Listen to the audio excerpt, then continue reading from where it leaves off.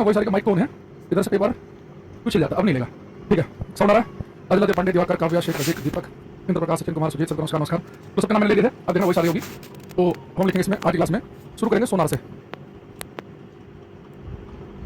सोनार, देखो सोनार जो है इसका बहुत ही हल्का फुल्का सा हमने जिक्र किया था बीच में एक जगह, आप थोड़ा डिटेल में समझेंगे। तो मैंने आपको बताया था कि अगर पेपर में पानी के अंदर अंडर वाटर किसी भी चीज़ की लोकेशन का पता करना हो, कि आपको पता करना है कि ना सोनार सिस्टम बड़े बड़े पानी के जहाज पर लगा होता है, और आपको पता करना है कि भैया पानी के अंदर जो है कोई दुश्मन की पनडुब्बी तो नहीं घूम रही, सबमरीन, दुश्मन की किसी पनडुब्बी की लोकेशन का पता करना हो तो किसका यूज करेंगे हम? सोनार का। पानी के अंदर आपको पता करना हो कि गहराई कितनी है पानी की, कितनी गहराई पे तली है, समुद्र कितना गहरा है, समुद्र की गहराई नापनी हो। पानी के अंदर आपको दुश्मन की पनडुब्बी का पता करना हो, या पानी के अंदर कोई टूटा हुआ जहाज पड़ा है कहीं पे, कोई पानी के अंदर कोई बर्फ का टुकड़ा आइसबर्ग है क्या, यानी अंडर वाटर कोई भी चीज़ की लोकेशन पूछे पेपर में, आपको टिक लगाना है सोनार सिस्टम पे। ठीक है, यहाँ पे लिखेंगे इसके यूजेस, लिखेंगे सोनार के यूजेस। पहले लिखेंगे टू फाइंड सी डेप्थ, समुद्र की गहराई का पता करने में, समुद्र की गहराई का पता करने में। सेकंड लिखेंगे टू फाइंड एनिमी सबमरीन, दुश्मन की पनडुब्बी का पता करने में। टू फाइंड एनिमी सबमरीन, दुश्मन की पनडुब्बी का पता करने में। तीसरा to find wreck ships, wreck यानी टूटे हुए, to find wreck ships inside the sea, समुद्र के अंदर पड़े टूटे जहाजों का पता लगाने में, समुद्र के अंदर पड़े टूटे जहाज़ों का पता लगाने में। तो समुद्र की गहराई का पता करना हो, दुश्मन की पनडुब्बी पता करनी हो, समुद्र के अंदर पड़े टूटे जहाज़ों का पता लगाना हो, सबके अंदर यूज करते हैं सोनार सिस्टम। अभी आपने बॉर्डर 2 मूवी आई थी, उस बॉर्डर 2 मूवी में भी एक सुनील शेट्टी का बेटा जो है वो नेवी में होता है, तो बार-बार जिक्र नहीं होता, उसका एक दूसरा साथी कह रहा था कि मुझे सोनार पे भरोसा नहीं है, सोनार पे भरोसा नहीं है, मुझे आप पर ज़्यादा भरोसा है। तो पुराने जमाने के जहाज थे, 1971 की लड़ाई है वो, उस समय क्या हो सकता है कि सोनार के बार उतना अच्छा रिजल्ट ना देते हो, तो आजकल तो बहुत बेहतरीन सोनार सिस्टम लगे होते हैं पानी के जहाज़ों में कि कोई पनडुब्बी दुश्मन की है, कितनी स्पीड चल रही है, किस डायरेक्शन में है, कितना दूर है, सारी बातें बता देगी। उस पनडुब्बी से कोई टारपीडो, कोई गोला छोड़ा गया है, वो कितना तेजी से आ रहा है, सारी चीज़ें पता चल जाती हैं। तो अब थोड़ा सा जो है जमाना बदल गया है।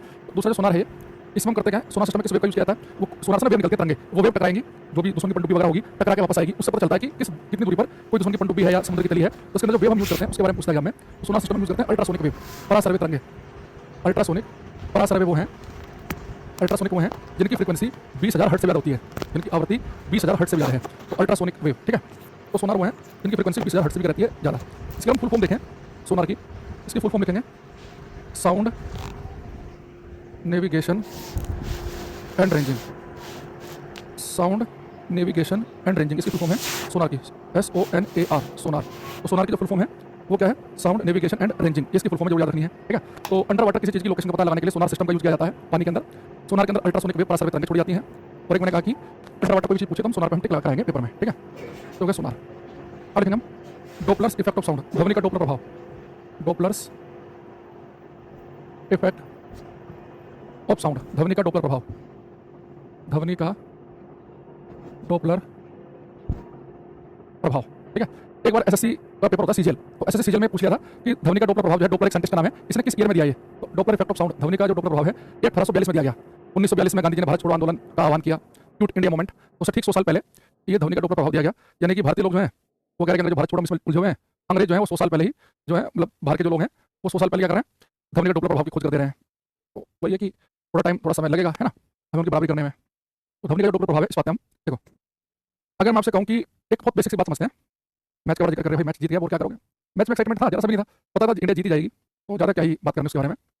पहले होता था ना इतना एक्साइटमेंट रहता था, मैं भी कई बार फेसबुक पे पोस्ट डालते थे बीच में, 2 आउट हो गए, चलो ये गया, ये ऐसे। अब पता ही कल पिच देख के लग रहा था कि इतने टर्न कर रही है, कोई टच नहीं कर पा रहा है, ईशान किशन ने इनिंग खेल दी, तो लग गया था कि ऐसे में जहाँ पे पिच इतनी घूम रही हो, किसी का टोरा चल जाए, थोड़ी देर चल जाए मतलब बंदा, तो फिर लगता है कि फिर मैच एक तरफा हो गया। 135-40 वाली पिच पे आप 175 बना रहे हैं तो वैसे जीत गए हो, तो सीधा अपना पढ़ाई पे ध्यान दो।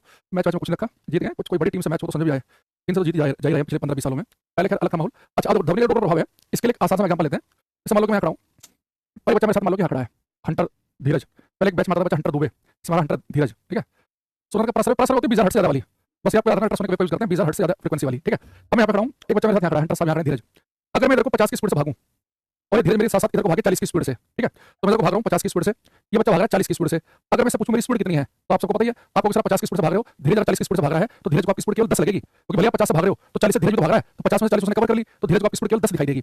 लेकिन हम अपोजिट भाग रहे हो, मैं इधर को भाग रहा हूँ 50 से, धीरज को भाग रहा हूँ 40 से, अब इसमें स्पीड दिखाई देगी 90। तो इसमें कहते हैं रिलेटिव स्पीड, सापेक्ष चाल। मैथ में आपने पढ़ा होगा कि अगर 2 ट्रेन सेम डायरेक्शन में भागें तो रिलेटिव स्पीड आती है घटा के, और अपोजिट भागेंगी तो कैसे आएंगी? जोड़कर। तो वही कुछ ऐसा कांसेप्ट हम यहाँ पे यूज करेंगे। तो डोपलर साउंड में क्या बताया, यहाँ देखना, जैसे कि एक बड़ा व्यक्ति मान लो यहाँ खड़ा हुआ है, अब एक व्यक्ति यहाँ पर है, और मान लो कि यहाँ पे कोई ऐसे ये जीप वगैरह है, कुछ भी गाड़ी, इसके ऊपर स्पीकर लगा हुआ है, इससे साउंड निकल रहा है। ठीक है, अब जो साउंड इससे निकल रहा है उसकी फ्रीक्वेंसी है एफ, इसकी जो एक्चुअल फ्रीक्वेंसी आवृत्ति वो एफ है। मान लो कि इसे 2000 हर्ट्ज की फ्रीक्वेंसी का साउंड निकल रहा है, 2000 मान लो। अभी मैं यहाँ पर रुका हुआ हूँ, वहाँ पे स्पीकर से आवाज आ रही है, तो उसकी जो आवाज है 2000 हर्ट्ज की है, मैंने मान लिया 500 1000 जो भी मान लिया मान लो। लेकिन अब वो क्या, अगर ये व्यक्ति इस साउंड की तरफ को भागना शुरू कर दे जहाँ से आवाज आ रही है, ये जो साउंड जहाँ से निकल रहा है ये इस लिसनर की तरफ को भागना शुरू कर दे, यानी ये दोनों एक दूसरे की तरफ को भागने लगे, तो ये इसकी तरफ को भागे, इसकी तरफ को भागे, दोनों ही भागने लगे, अगर ये दूसरे की तरफ को भागेंगे, अच्छी गाना वाली है,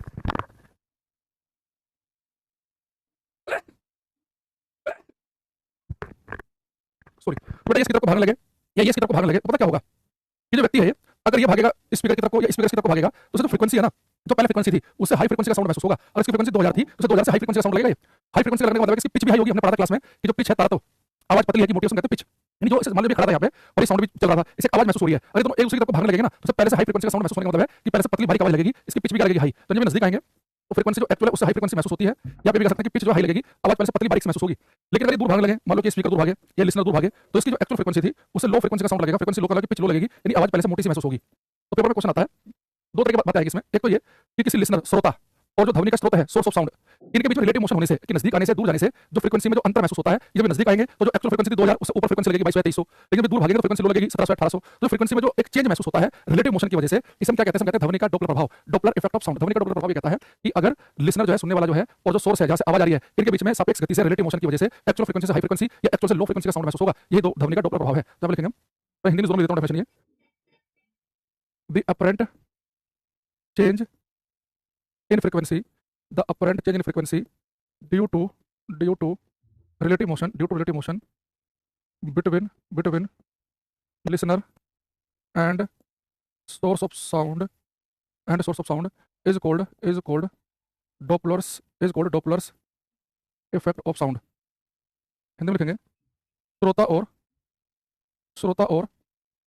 ध्वनि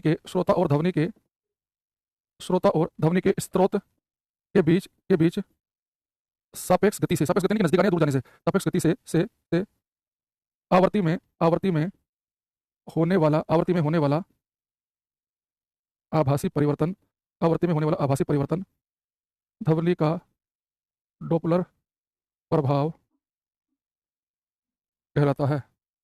तो श्रोता और ध्वनि के स्रोत के बीच सापेक्ष गति से आवर्ती में होने वाला आभासी परिवर्तन ध्वनि का डोपलर प्रभाव कहलाता है। ठीक है, क्लास चलती है सुबह 8 बजे। ठीक है, सबको नहीं पता, अपनी क्लास का टाइम टेबल पता है, सुबह 8 बजे होती है। ठीक है, तो ध्वनि का डोपलर प्रभाव है। यहाँ से क्वेश्चन क्या पूछा, उसने एग्जामिनर ने एक क्वेश्चन पूछा कि एक व्यक्ति प्लेटफॉर्म पर खड़ा है, अगर कोई ट्रेन प्लेटफॉर्म को छोड़कर दूर जा रही हो, प्लेटफॉर्म से निकल रही है, तो उस ट्रेन के जो हॉर्न की जो आवाज है उसकी जो भी एक्चुअल फ्रीक्वेंसी होगी उससे हाई फ्रीक्वेंसी का साउंड महसूस होगा, ये लो फ्रीक्वेंसी का। जब कोई ट्रेन प्लेटफॉर्म को छोड़कर दूर जाती है तो उससे जो आवाज निकल रही है, उससे जो साउंड निकल रहा है, उसकी एक्चुअल फ्रीक्वेंसी से लो महसूस होगा या हाई महसूस होगा, ये बताओ।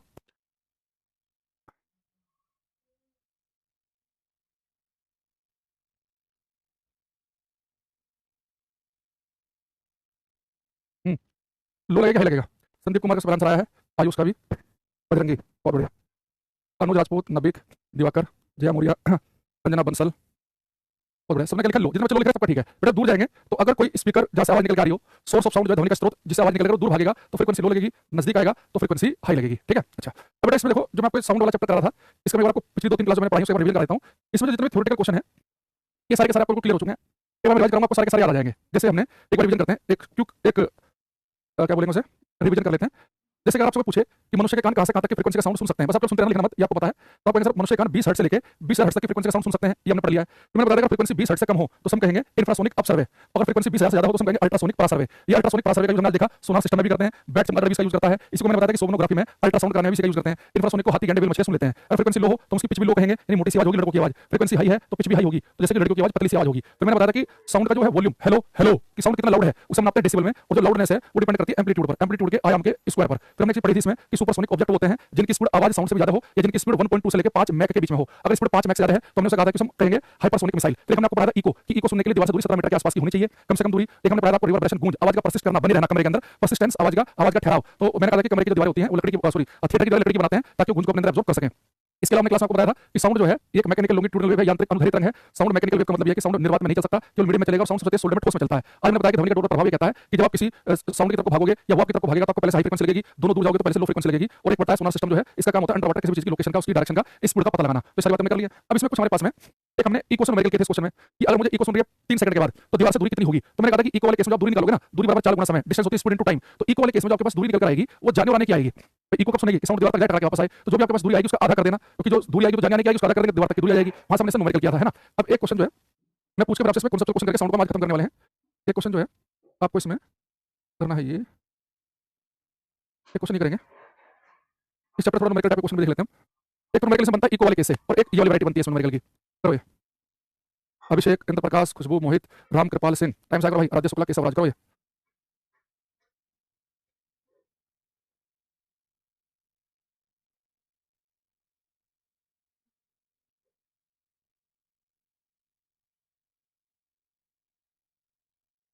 नविक मंडल। ये क्या लिखा है भाई?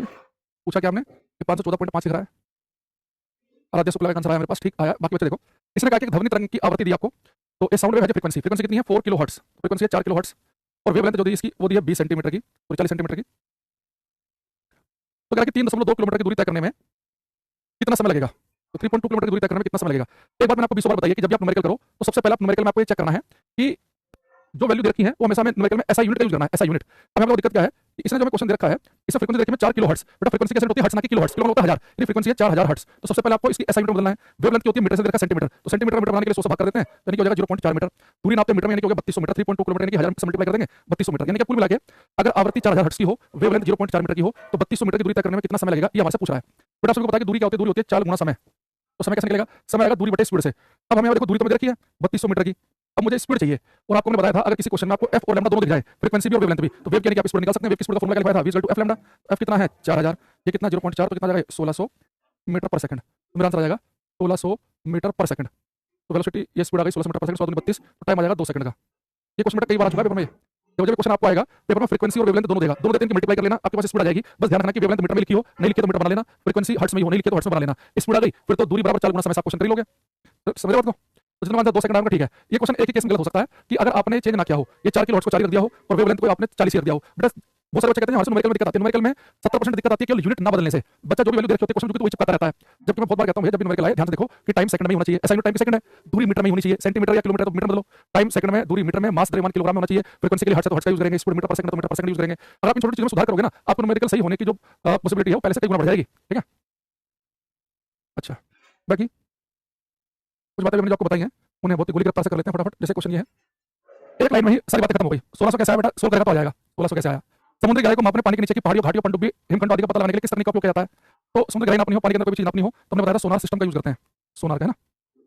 ये कह रहा है कि sonar is based on the principle. तो सोनार किस प्रिंसिपल बेस्ड है बेटा? सोनार काम क्या होता है? सोनार से निकलती है, जैसे मान लो ये समुद्र है, ये समुद्र है और इसके ऊपर एक जहाज है, बहुत बड़ा जहाज जिसमें सोनार सिस्टम लगा हुआ है। तो सोनार में क्या होता है? एक होता है ट्रांसमीटर, जिससे अल्ट्रासोनिक वेव ट्रांसमिट होंगी, अल्ट्रासोनिक वेव निकलेंगी। तो ट्रांसमीटर क्या करेगा? अल्ट्रासोनिक वेव निकालेगा, परासरवे तरंगे, ये समुद्र की तल पे टकराएंगी, टकराने के बाद वापस आएंगी।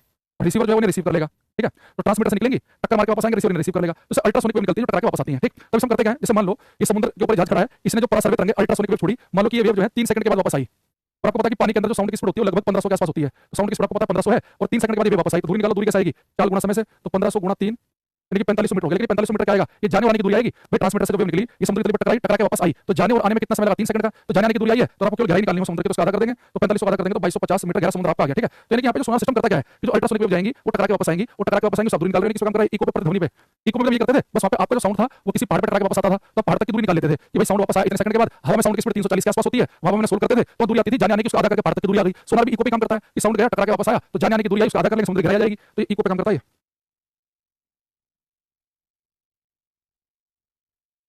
अब आपने जैसे एक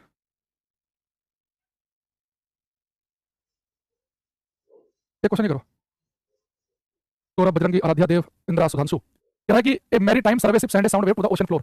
एक समुद्री सर्वेक्षण जहाज समुद्र तल पर एक ध्वनि तरंग भेजता है जो 2.5 सेकंड के बाद एक प्रतिध्वनि प्राप्त करता है। तो जो जहाज है उसने एक ध्वनि तरंग भेजी जो कि 2.5 सेकंड के बाद वापस आई, तो कह रहा है समुद्र ध्वनि की चाल 1200 मान ली जाए तो समुद्र की गहराई कितनी है? ये क्वेश्चन आपको करना है। तो देखो आपने देखा कि भैया जो टाइम है वो कितना? 2.5 सेकंड का। 2.5 सेकंड के बाद में ये मान लो कि जहाज था, साउंड गया, टकरा के वापस आया, ये अल्ट्रासोनिक साउंड होता है, सर्वे, तो साउंड आया 2.5 सेकंड के बाद। कह रहा है स्पीड 1200 ले लें, वैसे 1530 ने 1200 का, तो 1200 मानेंगे, तो बताओ समुद्र की गहराई कितनी है? दूरी निकालो, दूरी क्या होती है? 4 गुना समय, तो स्पीड कितनी है? 1200, टाइम लगा 2.5 सेकंड का, तो दूरी आ गई 3000 मीटर की। तो बेटा आपको पता है कि 3000 मीटर जो है ये जाने वाले की दूरी आएगी, जाने प्लस आने की। तो हमें केवल समुद्र की गहराई नापनी है, तो कितना हो जाएगा? 1500 मीटर। इसका आधा कर देंगे, यानी जहां पर भी इको, प्रतिध्वनि जो भी इको पे काम करते हैं उसमें दूरी जाने और आने की आती है, तो उसका हमें आधा करना है, ये चीज भूलनी नहीं है। ठीक है? सुधाकर, विपिन, अनुज, सोविक, काव्या सिंह करते रहो, बहुत बढ़िया। एक क्वेश्चन देखना, क्वेश्चन नंबर 33, 33। जया, मौर्या, साविक, ठाकुर, आराध्या, काव्या, सुधाकर, मोहित, अंजना।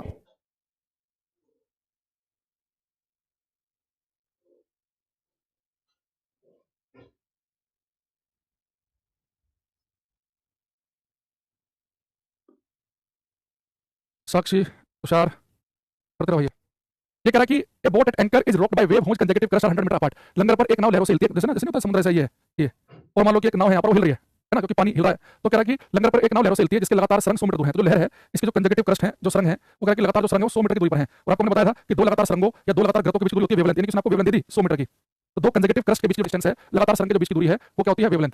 और स्पीड कह रही थी वेव की 25 मीटर पर सेकंड। तो कह रहा है कि फ्रीक्वेंसी बताओ। तो आपके पास लैम्डा भी है, वी भी है, एफ निकालना है। तो वी इक्वल टू होता है लैम्डा, वी है 25, फ्रीक्वेंसी निकालनी है, वेवलेंथ कितनी है 100। सोल्व करेंगे तो 0.25 हर्ट्ज आ जाएगा ये। तो बी करेक्ट आंसर है। ठीक है, देव मोहित सुधाकर इंद्र प्रकाश जी को ठीक ठीक आंसर दे रहे हैं, हमें बी करेक्ट आंसर है। चलो अब आते हैं हम कि साउंड जो है जब ये चलता है भागता है तो साउंड की स्पीड किसके फैक्टर पर डिपेंड करते हैं, उस पाएंगे हम। तो हम लास्ट चल रहे हैं 15-20 मिनट में चैप्टर खत्म हो जाएगा साउंड वाला आपका। लिखेंगे first temperature effect, temperature effect on speed of sound. ध्वनि की चाल पर तापमान का प्रभाव, ध्वनि की चाल पर, ध्वनि की चाल पर तापमान का प्रभाव। Temperature effect on speed of sound. तो ध्वनि की चाल पर तापमान का क्या प्रभाव पड़ता है, बड़े आसान शब्दों में देखें। आप सबको हमने क्लास में पहले बताया कि 0 डिग्री सेल्सियस पर साउंड की स्पीड हवा में होती है बेटा 332 मीटर पर सेकंड, जीरो पे। और मैंने आपको क्लास में 22 डिग्री सेल्सियस बता रखी है कई बार, वो होती है 343। तो आप बड़े ध्यान से देखें कि 0 डिग्री पर तो 332 है और 22 पे 343। तो मैं देख के पता चल रहा है कि साउंड की जो स्पीड है वो टेम्परेचर के बढ़ने से बढ़ रही है। तो 0 पे 332 थी, टेम्परेचर 0 से बढ़ा के 22 किया तो जब स्पीड 332 से बढ़ के 343 हो गई। ठीक है, तो आप लिखेंगे एक तो कि तापमान के बढ़ने से ध्वनि की चाल बढ़ती है तो टेम्परेचर बढ़ेगा। तो एक तो लिखेंगे तापमान के बढ़ने से स्पीड ऑफ साउंड, ध्वनि की चाल बढ़ती है। तो तापमान बढ़ता है तो ध्वनि की चाल बढ़ती है, टेम्परेचर के बढ़ने से साउंड की स्पीड बढ़ेगी। ठीक, दूसरा चीज ध्यान रखना कि लगभग हर 1 डिग्री सेल्सियस तापमान बढ़ने पर साउंड की स्पीड 0.61 मीटर पर सेकंड बढ़ जाती है। हर 1 डिग्री तापमान बढ़ने पर साउंड की स्पीड कितनी बढ़ेगी, 0.61 मीटर पर सेकंड। तो उसका फायदा कब होगा, मान लो कभी आपसे कह दे कि 31 डिग्री पर साउंड की स्पीड कितनी है तो 36 पर कितनी होगी। तो आप देखोगे 31 पर कितनी है, 36 यानी कि 5 डिग्री बढ़ गया। तो 1 डिग्री पर साउंड बढ़ता है 0.61, तो 5 डिग्री बढ़ जाएगा यानी कि 3.5 के आसपास हो जाएगा, 3 डिग्री बढ़ जाएगा। तो यानी कि हर 1 डिग्री पर साउंड की स्पीड बढ़ती है 0.61। तो 3 डिग्री बढ़ने पर कितना बढ़ेगा, 18 डिग्री बढ़ने पर 17। छोटा मोटा आपसे पूछेगा तो आप ये लॉजिक आपको बड़ा काम आएगा कि हर 1 डिग्री सेल्सियस पर साउंड की स्पीड बढ़ती है इतनी। दूसरी चीज एक बात याद रखना, पर कई बार पेपर में क्वेश्चन थोड़ा सा ये साउंड वाले में अलग से भी आता है। वो ऐसे पूछेगा कि अगर टेम्परेचर पहले से 4 गुना कर दें, 9 गुना कर दें, 16 गुना कर दें तो स्पीड कैसे बढ़ेगी। ये हमारे ज्यादा काम का है, हम भी करेंगे। तो साउंड की जो स्पीड होती है, स्पीड ऑफ साउंड समझ रहा हूं वी से, ध्वनि की चाल, बेटा ध्वनि की जो चाल है वी, ये टेम्परेचर के रूट के होती है प्रोपोर्शनल, तापमान के अंडर रूट के प्रोपोर्शनल है। यानी कि टेम्परेचर जो है अगर वो पहले से 4 गुना कर देंगे तो स्पीड दुगनी हो जाएगी, 16 गुना करेंगे तो 4 हो जाएगी, 9 करेंगे तो 3, रूट से बाहर निकालना है। तो ये भी आपको ध्यान रखना है। जैसे मैं आपसे कहूं कि अगर टेम्परेचर जो है अगर वो पहले से 4 गुना कर दिया जाए तो स्पीड पहले से कितने गुना हो जाएगी। टेम्परेचर का 4 गुना, 4 से रूट बढ़ाया 2, यानी स्पीड पहले से दुगनी हो जाएगी। तो जब ऐसा पूछे कि ये तापमान इतने गुना करने पर क्या होगा तो आप उस वाले लॉजिक से जाएंगे। अगर कभी कहेगा कि 2-4-5 डिग्री तापमान बढ़ाया तो आप इससे चले जाएंगे। दूसरा कई बार क्या होगा कि चलो छोटे मोटे मतलब इससे कर देंगे, लेकिन मान लो कई बार आपसे कह रहे हैं कि 100 डिग्री पर साउंड की स्पीड कितनी है, 250 पर कितनी होगी, 300 पर कितनी होगी। तो हमें पता है कि साउंड की जो स्पीड है वो टेम्परेचर के रूट के समानुपाती है, अंडर रूट के। तो यहाँ से अगर आपको एक तापमान पे साउंड की स्पीड देके दूसरे पे पूछ ले तो मैं ऐसे फॉर्मूला बना सकते हैं। देखो v समानुपाती है रूट के, तो यानी कि यहाँ पे आप लिख सकते हैं v1 upon v2 is equal to under root t2 upon sorry under root t1 upon t2। समानुपाती है ना, तो v1 का t1 आएगा, v1 upon t1 upon t2। तो ये फॉर्मूला जैसे भी मैं नंबर कराऊंगा इसमें से एक लोचा है उसे देखना है। अगर पेपर में आपको एक तापमान पे साउंड की स्पीड दे दी 50-60 पे दे दी मान लो, और अगर 300 डिग्री पे स्पीड निकालो, तो अगर एक टेम्परेचर पे स्पीड दी दूसरे पर निकालने, ध्यान रखना कि जब हम न्यूमेरिकल करते हैं एसआई यूनिट का यूज। तो जब इस फॉर्मूले में टेम्परेचर पुट करेंगे ना तो टेम्परेचर का एसआई मात्रक होता है केल्विन, आपको टेम्परेचर केल्विन में पुट करना है। तो सबको ध्यान रखना है कि इस फॉर्मूले में जो टेम्परेचर है वो केल्विन में होना चाहिए। और केल्विन में कैसे निकालते हैं, अगर आपको डिग्री सेल्सियस दे रखा हो उसमें 273 जोड़ देना, केल्विन आ जाएगा। तो जो भी आपको तापमान दे रखा है उसमें 273 जोड़ते उसका केल्विन बन जाएगा। तो मैं इस फॉर्मूले से भी क्वेश्चन कराऊंगा, भी आपको समझ आएगा। अब यहाँ देखेंगे कि अगर एक फॉर्मूला हमारे पास में v1 upon v2 equal to under root t1 upon t2, पहले तो हमें ये फॉर्मूला का यूज करना है। अगर एक तापमान पे साउंड की स्पीड दे दे और दूसरे पर पूछ ले तो तब यूज करेंगे। तो मैंने कहा कि इस फॉर्मूले में जो टेम्परेचर है वो आपको केल्विन में पुट करना है। और केल्विन कैसे बनाते हैं, केल्विन कैसे बनता है, डिग्री सेल्सियस में 273 जोड़ देंगे तो केल्विन आ जाएगा। इसलिए लिखो, क्वेश्चन करते हैं।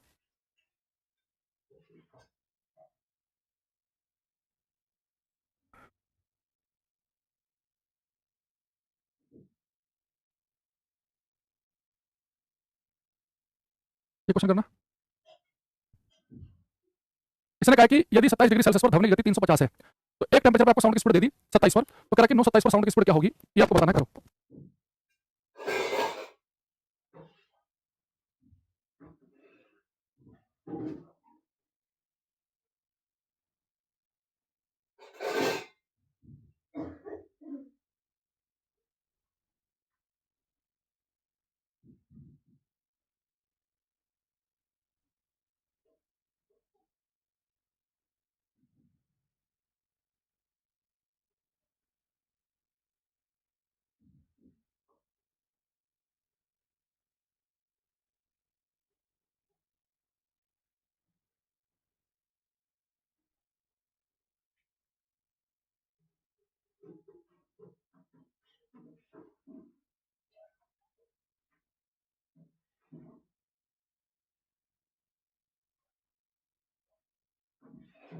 सॉरी, हाँ मैं कह रहा था आपसे कि एक टेम्परेचर पे साउंड की स्पीड दे रखी है 27 डिग्री पे साउंड की स्पीड दी 350, 927 पे आपको साउंड की स्पीड निकालनी है। तो आपको एक टेम्परेचर देखा 27 पे साउंड की स्पीड 350 है, दूसरे पर आपको स्पीड निकालनी है। तो फॉर्मूला होता है हमारे पास v1/v2 = √T1/T2, लेकिन इस फॉर्मूले में तापमान होना चाहिए केल्विन में। तो 273 जोड़ेंगे तो 300 केल्विन बन गया, 273 जोड़ेंगे कितना बन गया 1200 केल्विन। वैल्यू पुट कर दो तो 350 है v1 की वैल्यू, v2 निकालना है, t1 कितना है 300, t2 है 1200, 300 से भाग करेंगे 1/4 यानी कि रूट से 12 1/2 2 के मल्टीप्लाई 350 में यानी 700 मीटर पर सेकंड आंसर आ जाएगा। जिन बच्चों का 700 आ रहा है उनका ठीक है।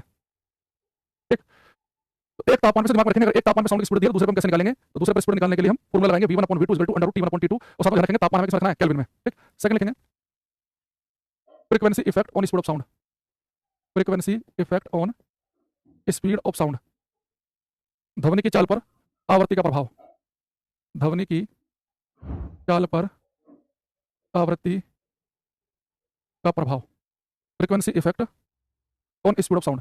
तो ध्वनि की चाल पर आवृत्ति का क्या प्रभाव पड़ता है? ठीक है, क्या लिखना? मैंने आपको एक चीज बताई थी पहले, अगर आपने सारी क्लास ली है साउंड की तो मैंने आपको बताया कि ध्वनि की चाल पर आवृत्ति का कोई प्रभाव पड़ता ही नहीं है। आप एक गिटार ले, पियानो ले, ढोलक ले, बांसुरी ले, अलग अलग तरह के आप म्यूजिकल इंस्ट्रूमेंट लो, सबसे अलग प्रकार का साउंड आ रहा है, ढोलक के अलग है, पियानो के अलग, गिटार के अलग है, लेकिन सारी की सारी आवाज एक साथ ही आपके कान के पर्दे पहुंचती है। अगर सारे इंस्ट्रूमेंट एक साथ बजाए जाएं तो सबकी आवाज एक साथ ही कान के पर्दे पहुंचेगी। तो चाहे लो फ्रीक्वेंसी का साउंड हो चाहे हाई का, एक ही साथ भागते हैं एक स्पीड से। इवन अगर इंफ्रासोनिक साउंड है, अपसर्वे जिसकी फ्रीक्वेंसी 20 हर्ट्ज से कम है, चाहे अल्ट्रासोनिक है जिसकी फ्रीक्वेंसी 20,000 से ज्यादा है, चाहे ऑडिबल हो जिसकी 20 से 20,000 के बीच में, सबकी स्पीड सेम होती है। जितनी स्पीड से 12 हर्ट्ज फ्रीक्वेंसी का साउंड भागता है उतनी स्पीड से 40,000 हर्ट्ज का भागता है। तो ध्वनि की चाल पर आवृत्ति का कोई प्रभाव नहीं है। लिखेंगे there is no effect of frequency on speed of sound, ध्वनि की चाल पर आवृत्ति का कोई प्रभाव नहीं पड़ता है, ध्वनि की चाल पर आवृत्ति का कोई प्रभाव नहीं पड़ता है, ध्वनि की चाल पर आवृत्ति का प्रभाव नहीं है। यानी अगर मैं आपसे कहूं कि फ्रीक्वेंसी है 100 हर्ट्ज, एक ले ली मैंने 500 हर्ट्ज, अगर 100 हर्ट्ज पर जो स्पीड है अगर वो मान लो कि है 300 मीटर पर सेकंड तो 500 पर भी 300 ही होगी। तो फ्रीक्वेंसी चेंज की 100 से 500, स्पीड पर कोई फर्क नहीं पड़ेगा। ठीक है, तीसरा लिखेंगे pressure effect on speed of sound, pressure effect on on speed of sound, ध्वनि की चाल पर दाब का प्रभाव, ध्वनि की चाल पर दाब का प्रभाव। और आपसे कहा जाए कि अगर प्रेशर जो है मान लो इस कमरे में यहाँ पे कुछ एयर प्रेशर है और एयर प्रेशर डबल कर दें तो प्रेशर दोगुना करने पर साउंड की स्पीड बढ़ेगी घटेगी सेम रहेगी, क्या होगा? प्रेशर का आपको क्या लगता है ध्वनि की चाल पर क्या प्रभाव पड़ता है?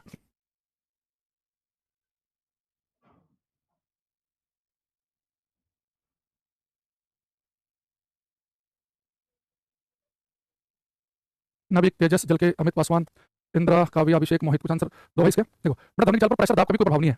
आप एक चीज को ऐसे समझो आसान शब्दों में, मान लो कि आप सी लेवल पर हैं, समुद्र तल पे सी लेवल पे, तो अपने दोस्त से कुछ बातचीत कर रहे हैं, उसी दोस्त के साथ आप पहुंच जाओ ऊंचे पहाड़ों पर, तो आपको पता है कि जैसे आप ऊंचाई पे जाते हैं तो एयर का प्रेशर कम होने लगता है, बहुत प्रेशर कम होता है ऊंचे पहाड़ों पे। तो लेकिन अब जब आप सी लेवल पे गोवा में अपने दोस्त से बातचीत कर रहे हैं, उसी दोस्त के साथ आप गए शिमला में, उससे आप बातचीत करोगे बिल्कुल वैसे ही करोगे। ऐसा नहीं होगा कि आपकी बात धीरे धीरे आपके दोस्त के पास पहुंचेगी पहाड़ों में, ये जल्दी पहुंच जाएगी। तो चाहे आप हाई प्रेशर वाले एरिया में हो, समुद्र तल पे हो, चाहे लो प्रेशर पे ऊंचे पहाड़ों पर हो, लेह लद्दाख में कहीं भी हो, दोस्त से जैसे बात कर रहे हो उतनी स्पीड से आवाज उसकी आपके पास जाएगी और आपकी उसके पास आएगी। ध्वनि की चाल पर प्रेशर का भी कोई प्रभाव नहीं पड़ता। तो कहेंगे there is no effect of pressure on speed of sound, ध्वनि की चाल पर दाब का कोई प्रभाव नहीं पड़ता है, ध्वनि की चाल पर दाब का कोई प्रभाव नहीं पड़ता है। There is no effect of pressure on speed of sound. ठीक है, अगली बात है फोर्थ लिखेंगे humidity effect on speed of sound. अब हम पीडीएफ से क्वेश्चन करेंगे जुड़े हुए, humidity effect on speed of sound, ध्वनि की चाल पर आर्द्रता का प्रभाव, ध्वनि की चाल पर आर्द्रता का प्रभाव, ध्वनि की चाल पर आर्द्रता का प्रभाव, humidity effect on speed of sound. देखो ह्यूमिडिटी का मतलब होता है हवा में नमी, मॉइस्चर होना। जैसे अब जब जुलाई अगस्त का महीना होता है, बरसात के दिन होते हैं, तो हवा में बहुत नमी होती है, बहुत ह्यूमिडिटी होती है, यानी उमस, मॉइस्चर ज्यादा होता है, पानी का कंटेंट ज्यादा होता है। तो अगर साउंड जो है एयर से चले सूखी हवा से और सूखा में नमी आ जाए पानी, तो जैसे नमी आएगी ह्यूमिडिटी आएगी, ह्यूमिडिटी बढ़ने साउंड की स्पीड बढ़ जाती है। आपको पता है कि साउंड सोल्डर में तेज चलता है, ठोस में उससे धीरे बताया, लिक्विड तरल में उससे धीरे चलता है, गैस में तो गैस में धीरे चल रहा है, तो गैस में नमी आ गई, पानी आ गया तो पानी में साउंड की स्पीड ज्यादा होती है हवा के मुकाबले। तो ह्यूमिडिटी के बढ़ने से ध्वनि की चाल बढ़ती है, यानी ज्यादा स्पीड साउंड भाग रहा होता है बरसात के मौसम में। तो यहाँ पे लिखेंगे ह्यूमिडिटी के बढ़ने से, आर्द्रता के बढ़ने से स्पीड ऑफ साउंड, ध्वनि की चाल बढ़ती है। आर्द्रता के बढ़ने से ध्वनि की चाल बढ़ती है, ह्यूमिडिटी बढ़ी साउंड की स्पीड बढ़ेगी। देखो इस आप एक तरीके से समझना, जैसे अगर मैं आपसे बात पूछूं, एक नोट में लिखाऊं कि मेरे पास दो तरह की एयर है, एक ड्राई एयर है सूखी हवा है, अप्रैल मई के महीने वाली ड्राई, एक नमी वाली हवा है जो अगस्त वाली। तो आपसे पूछे कि ड्राई एयर में सूखी हवा में, शुष्क वायु में और ह्यूमिडिटी यानी नमी वाली हवा में ज्यादा डेंसिटी ज्यादा घनत्व किसका होता है? ज्यादा डेंसिटी किसकी होती है, शुष्क वायु की या नमी वाली वायु की? क्लास खत्म होने वाली, एक बच्चा इसमें परेशान है कि क्लास लाइव है कि नहीं है, क्या करें भाई बच्चों का है, जब मन करता है उठा के चलाते हैं क्लास में।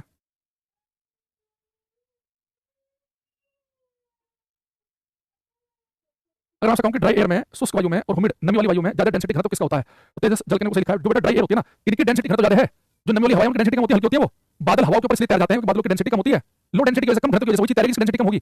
ड्राई एयर की डेंसिटी ज्यादा होती है, नमी वालों की कम होती है। देखो यहाँ पे देखना, साउंड की जो स्पीड होती है, इसका फॉर्मूला मैं लिखूं, इसका फॉर्मूला होता है under root gamma P by D. ठीक। अब ये गामा तो है गैस रेशियो, गैस अनुपात, ये कांस्टेंट होता है, इसे भूल जाओ। प्रेशर का मैंने आगे साउंड की स्पीड पर कोई फर्क नहीं पड़ता।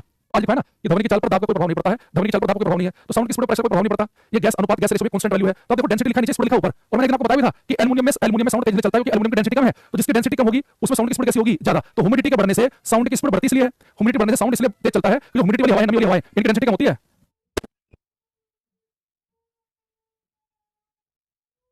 ह्यूमिडिटी, आर्द्रता बढ़ने से ह्यूमिडिटी ज्यादा होगी, तो ह्यूमिड एयर होती है, नमी वाली जो हवा होती है, इनकी डेंसिटी कम होती है, इसलिए साउंड की स्पीड ज्यादा होती है। एग्जाम में क्वेश्चन कहता है कि लोहे में, सोने में और एल्युमिनियम में साउंड ज्यादा तेज कहां चलेगा, तो मैंने बताया कि जिसकी डेंसिटी कम उनमें साउंड तेज चलता है। तो एल्युमिनियम की डेंसिटी कम थी, साउंड तेज चला। तो नमी वाली जो हवा है, इनकी डेंसिटी कम होती है, ह्यूमिड एयर की, इसलिए साउंड तेज चलता है इनके अंदर। मैंने क्यों बताया कि हाइड्रोजन गैस में अगर आप ऑक्सीजन में कंपेयर करें तो हाइड्रोजन की डेंसिटी कम होती है, हाइड्रोजन में स्पीड ज्यादा होगी, डेंसिटी कम तो स्पीड ज्यादा। सर आपकी बुक बहुत अच्छी है, क्वेश्चन का सेंस बता दीजिए। Pitch of sound depend, sound की पिच डिपेंड करती है फ्रीक्वेंसी पे। लग रहा है आपने क्लास पढ़ी नहीं है, तो पिच जो है वो डिपेंड करती है फ्रीक्वेंसी, आवृत्ति पे। तो लिखेंगे यहाँ पे कि moist air is less dense than dry air, then dry air.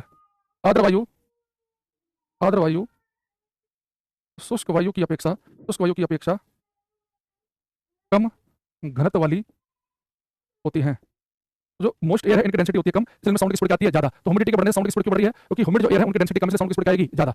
ध्वनि की जो चाल है उस पर डेंसिटी का उल्टा प्रभाव पड़ता है, ये मैं लिखा चुका हूं पहले। जिसकी डेंसिटी कम होगी उसमें साउंड की स्पीड कैसे आएगी, ज्यादा। ठीक है, अब यहाँ से दो तीन क्वेश्चन हम देखते हैं कि जो आपको बताया गया कि आप इस चीज को कैच कर पा रहे कि नहीं।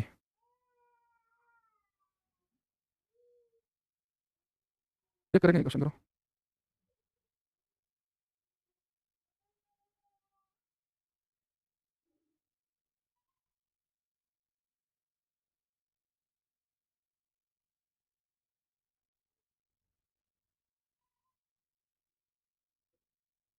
देव पांडे का आंसर है हमारे पास सबसे पहले, प्रतीक। बढ़िया, तो उसने कहा कि sound moves with higher velocity, तो साउंड तेज कब चलता है, प्रेशर के बेटा, प्रेशर को प्रभाव पड़ता ही नहीं है। टेंपरेचर मीडियम की, टेंपरेचर बढ़ने से साउंड की स्पीड बढ़ती है, ह्यूमिडिटी बढ़ने से साउंड की स्पीड बढ़ती है, आंसर हो जाएगा डी ऑप्शन। तो तापमान के बढ़ने से ध्वनि की चाल बढ़ेगी, तापमान का जो है ध्वनि की चाल के रूट के समानुपाती है, और डेंसिटी होती है अंडर रूट के, ह्यूमिडिटी की डेंसिटी कम, इससे साउंड की स्पीड ज्यादा। तो डी आंसर बनेगा। एक क्वेश्चन ये है, क्वेश्चन नंबर 30, ये करो। जया, गुलशन, रितेश, तेजस, इंद्रा, आयुष, खुशबू, आराध्या, बजरंगी, बढ़िया आंसर दिया आपने।